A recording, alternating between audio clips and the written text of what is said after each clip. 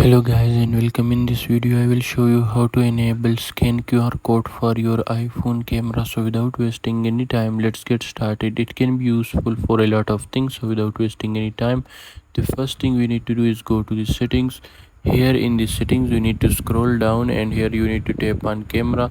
Once you tap on camera, you will be able to see the scan QR codes, so you just simply need to turn this option on. So that's it for this video. Make sure to like and subscribe for more. Until next time, see you soon in another video.